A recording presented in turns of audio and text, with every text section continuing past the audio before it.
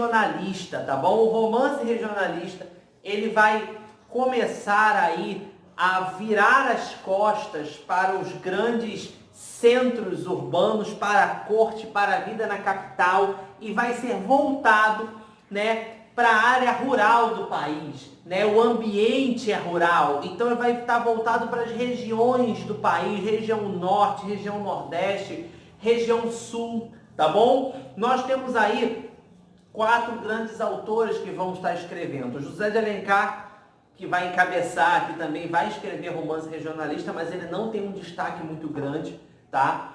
Vou explicar melhor isso na nossa videoaula sobre José de Alencar. Nós falamos sobre romance urbano, José de Alencar está nele. Romance regionalista, romance histórico e romance indianista. Romance regionalista e indianista vão estar dentro da obra de José de Alencar, da videoaula. Porque o José de Alencar é o único autor que vai escrever romance indianista e romance histórico. Então vai estar na videoaula dele essa explicação. Tá bom? Bem, vamos começar agora falando sobre regionalismo. Tá? Ele vai falar dos valores, do costume, da vida no campo. Ele vai fazer esse retrato mostrando, ó, a vida na corte é assim, mas a vida no campo é dessa forma. Então ele vai falar muito, vai ser o pioneiro em retratar a diversidade cultural do Brasil. É claro que todo pioneirismo tem alguns problemas, né? Às vezes uma escrita é um pouco problemática, um pouco que deixa aquém, mas é pioneiro. Então ele vai retratar essa visão da vida no campo, vai retratar a visão de como viviam as pessoas que não estavam na corte para a burguesia, tá? Então, a gente vai ter aí alguns autores que vão estar se destacando, tá bom? O primeiro autor é o Bernardo Guimarães, que é um autor que eu gosto muito, tá? Ele tem muitos problemas, tá? A obra dele é o Ermitão de Muquem, de 1866. Ele vai escrever o Seminarista. O Seminarista, ele vai contar a história de Eugênio e Margarida. Eugênio é obrigado a ser padre. Aquela ideia do cara que é obrigado a ser padre, mas ele não quer ser. Ele é apaixonado pela Margarida, ele faz o seminário, ele descobre que a Margarida está doente. E aí ele fica, ele enlouquece na hora de celebrar a primeira missa. Então, antes de celebrar a missa, ele vai enlouquecer porque ele não pode, ele está vivendo um amor impossível, um amor proibido, ele está doente de amor, tá? Então, a gente tem também a Escravizaura. A Escravizaura eu falo que é um retrato do romantismo. Quando eu estou dando aula para as minhas turmas, eu sempre começo a aula de romantismo contando a história da Escravizaura, porque eu acho que é um livro muito interessante. Brevemente eu vou estar gravando videoaulas fazendo análise dos livros, tá? Então eu vou pegar um livro e vai ser uma videoaula só sobre aquele livro. Então, a grosso modo, a Isaura cresce na casa grande, ela é uma escrava, a mãe morre, o pai tenta comprar alforria, mas a família acaba criando como se fosse filha, porque a Isaura é branca, tá? Então ela vai ter toda uma ideia, né? Aquela ideia da idealização, tá? O Bernardo Guimarães, alguns estudiosos apontam que ele tem uma visão um pouco preconceituosa, outros vão defender o Bernardo Guimarães dizendo que a Escravizaura é abolicionista, mas isso não vem ao caso, tá? A Escravizaura é branca e ela aprende a ler, escrever, tocar piano, ela tem toda uma educação para viver na casa grande.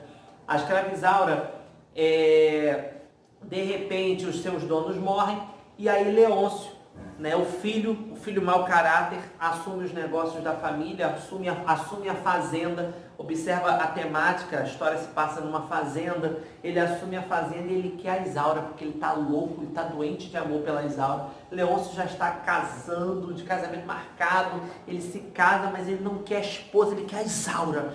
E a Isaura fala, não, Senhor, eu só caso por amor, Senhor, me deixe. Aí o Leôncio fica, não, eu quero você. Se o livro fosse realista, a Isaura se casaria com o Leôncio, deixaria de ser escrava e trairia o Leôncio, cornearia o Leôncio, porque ela estava interessada no dinheiro. O realismo vai vir depois, mas não vai acontecer isso. A Isaura só quer casar por amor e o Leôncio, eu quero te dar tudo. Não, Senhor, eu só quero por amor. E aí o Leôncio começa a submeter a Isaura a castigos, e a Isaura acaba fugindo com o pai para Campos dos Goytacazes.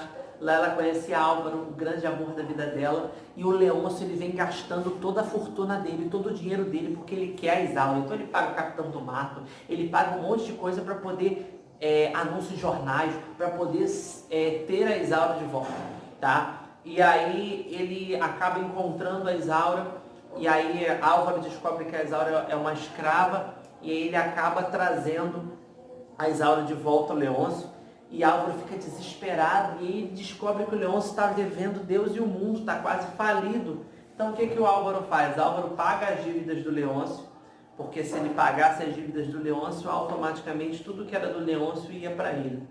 E aí Álvaro chega na fazenda, fala para o Leôncio que ele está falido, e que agora tudo que é do Leôncio é dele, inclusive os escravos, inclusive a Isaura. E aí Leôncio se desespera, dá um tiro na cabeça, morre. E aí Álvaro e Isaura vivem felizes para sempre. Olha que coisa boa, a cara do romantismo, né? A cara da idealização. Eu gosto de usar a escravizaura porque ela é idealizada. E a escravizaura, só uma curiosidade, é uma novela que foi feita, telenovela, né? E foi uma das telenovelas que foram exportadas para o mundo inteiro. Quando a Globo faz a escravizaura na década de 70, vende igual água para o mundo inteiro. Fez muito sucesso na China, tá? E aí a Record depois faz em 2004, 2005, não lembro direito o ano, né? Vai estar passando aí na tela. A Record faz essa outra versão da escravizaura que também fez um sucesso arrebatador, tá? É uma história que vende, tá? E a gente tem agora o Visconde de Taunay, um homem dedicado às letras, pintor, um homem extremamente culto, tá? Engenheiro, tá? Combatente da Guerra do Paraguai. Ele tem uma preocupação, o Visconde de Taunay, de escrever sobre a questão das regiões, da regionalidade. Então ele vai escrever a obra Inocência, tá? Que conta a história de Inocência, toda a questão da vida no campo. Então a Inocência ela está predestinada a se casar com Manecão. Manecão, um sertanejo bruto, comerciante de gado, sabe? Mas a Inocência não gosta dele. Ela acaba conhecendo, ela fica doente. Ela conhece Cirino, que é um estudante de farmácia, e eles se apaixonam, tá? E eles começam a ter uma história de amor, mas o final de Inocência é trágico, tá bom? E agora a gente vai falar do Franklin Távora, que é o cara que criticou duramente o José de Alencar. Por quê? Qual é o problema do José de Alencar no romance regionalista? Ele se desenvolveu muito bem no romance urbano e no romance indianista, e até mesmo no histórico. Mas o José de Alencar ele teve muitos problemas no regionalista, porque eu acho que ele pensou assim: tá todo mundo escrevendo regionalista, eu também quero escrever para dizer que eu escrevi. Eu não sei isso que passou na cabeça dele. Eu sei que o José de Alencar, ele escrevia daquilo que ele ouvia falar. Então, os costumes, a paisagem, era tudo muito diferente da realidade. O jeito de falar, tudo era muito diferente da realidade. Então, o José de Alencar acaba escrevendo um romance que foge da realidade. O romance regionalista dele foge da realidade. E o Franklin Távora vai escrever sobre isso. Ele vai falar que o José de Alencar não está com nada. Ele vai defender que o Norte e o Nordeste podem escrever uma literatura muito mais autêntica do que os moradores do Centro-Sul, do que os moradores do Sudeste. Então, ou seja, a gente escreve muito melhor que o pessoal que mora aí do Sudeste, tá? Ele vai escrever a obra O Cabeleira, que também tinha tudo para ser um livro do realismo, tudo. O Cabeleira conta a história de um cangaceiro, publicado no ano de 1876. Vai contar a história do José Gomes, tá? Tinha tudo para ser realista. José Gomes era um cangaceiro, violento, sanguinário, bandido com sangue nos olhos, virado no samurai. E aí todo mundo tinha medo do Cabeleira. O Cabeleira chegava na cidade, destruía tudo. Mas aí o Cabeleira conhece a Luizinha, o seu antigo amor de infância. E aí ele fica apaixonado pela Luizinha. Ele fica encantado pela Luizinha. E aí, mais uma vez, nós temos aí o herói que quer abandonar toda a sua vida de cangaço. Ele quer ser regenerado, tá? Ele quer ele quer ter uma vida de amor, então ele quer largar a vida do cangaço. mas o final do Cabeleira também é um final trágico, tá? É romântico porque o herói se regenera, tenta se regenerar. Tudo bem? Então a gente termina aqui esse bloco, essa primeira parte de romantismo, e romantismo prosa, e na segunda parte nós vamos falar sobre o José de Alencar e o romance indianista e o romance histórico. Então fiquem com Deus e até a próxima videoaula.